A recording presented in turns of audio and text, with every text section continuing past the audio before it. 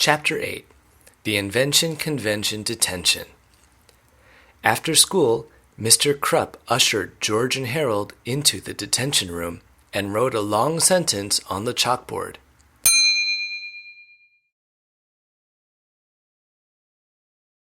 From now on, growled Mr. Krupp, you boys will spend 2 hours a day after school copying this sentence over and over. I want every chalkboard in this room filled completely. On his way out the door, Mr. Krupp turned and said with an evil grin, "And if either of you leaves this room for any reason, I'm going to suspend you both."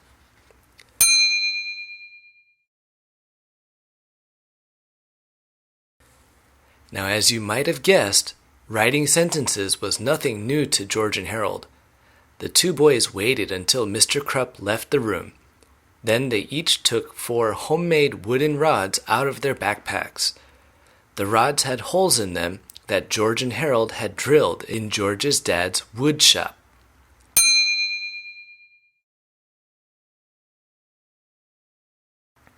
George screwed the rods together,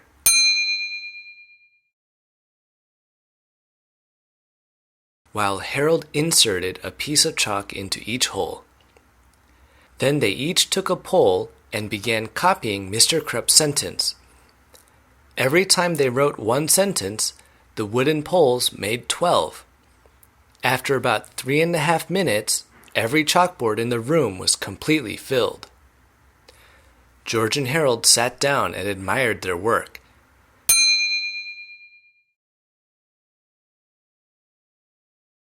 "We've got a lot of time on our hands now," said George. "Got any ideas?" "Let's make a new comic book," said Harold.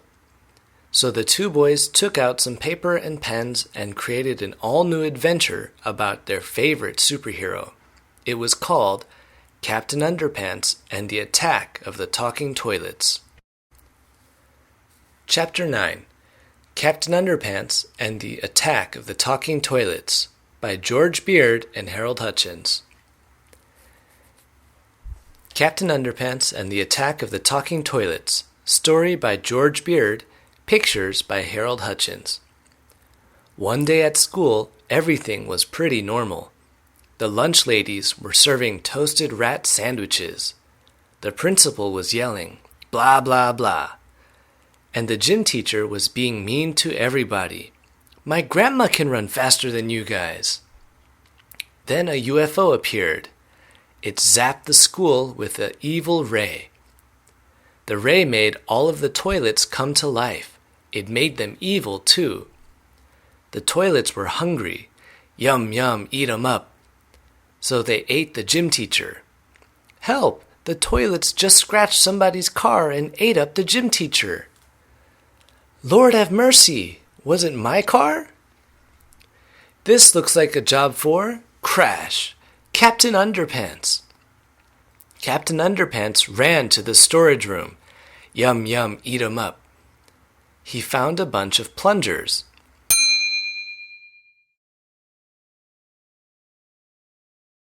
He put them in the toilets. Their mouths got stuck. Tra-la-la! Hooray for Captain Underpants! Now to stop that evil UFO. Captain Underpants went outside and saw the UFO. It opened up. Click! And out jumped the terrible Turbo Toilet 2000. "I'll flush you." They had a big fight. Captain Underpants was faster than a speeding waistband. Zip. More powerful than boxer shorts. Tra-la-la, kick. And able to leap tall buildings without getting a wedgie. Captain Underpants snuck up behind the Turbo Toilet 2000 and gave him a wedgie. Wedgie power! Ouchie! Then he hung the TT2000 on a stop sign and pulled back hard. Stretch! Then he let go. Twang!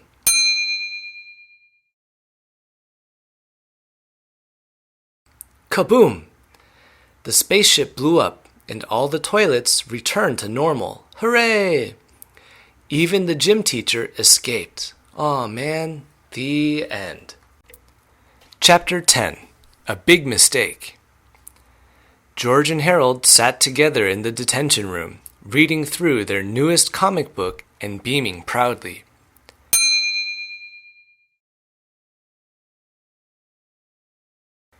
"We've got to go to the office and make copies of this," said George, "so we can sell them on the playground tomorrow."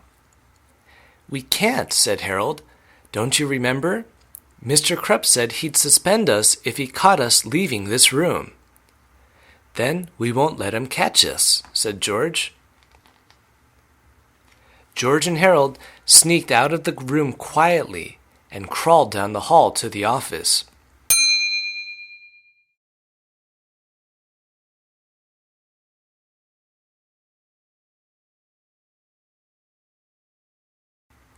"Uh-oh," said Harold. "There's a bunch of teachers in there."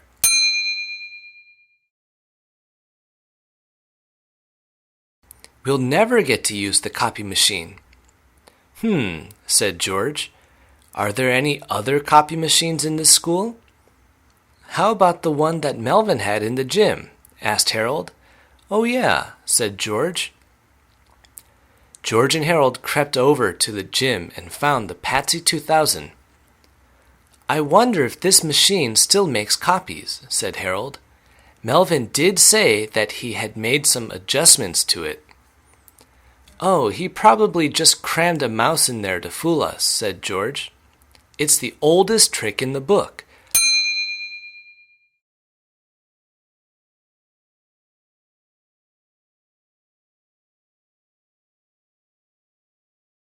"I'm sure the machine still makes regular copies."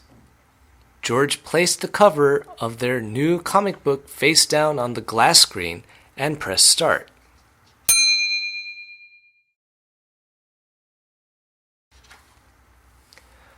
All at once, the lights in the whole school dimmed.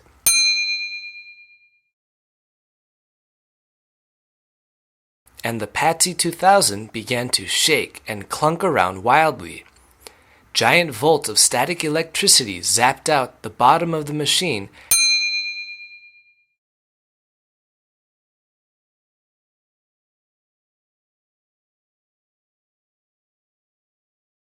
as a great whirlwind rose from the top. Loose papers and other small objects in the room were sucked into the wind, and they spun above the machine like a raging cyclone.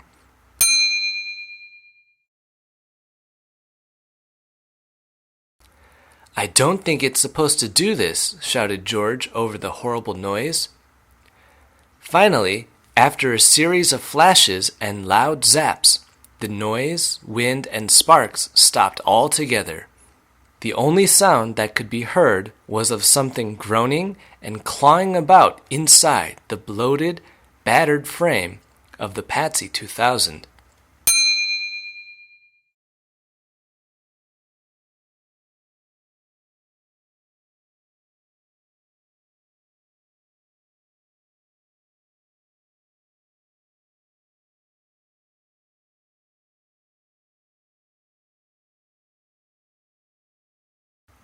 "It sounds like something's alive inside there," said Harold.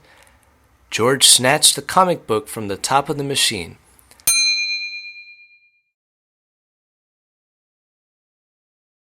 "Let's get out of here," he cried.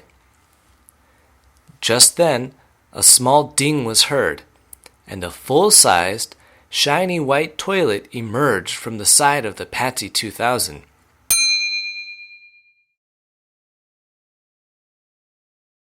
Its teeth were sharp and jagged,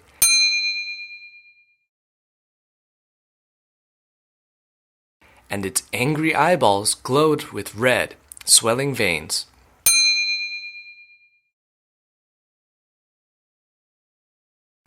"Yum, yum, eat 'em up," cried the evil toilet.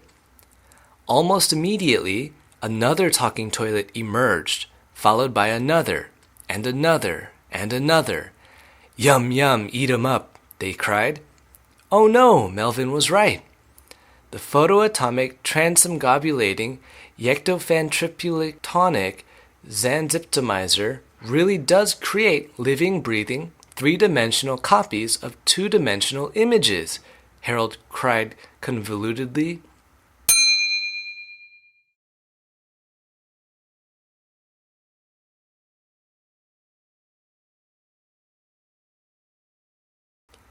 I've got an idea, said George. What? Asked Harold. Run! Cried George.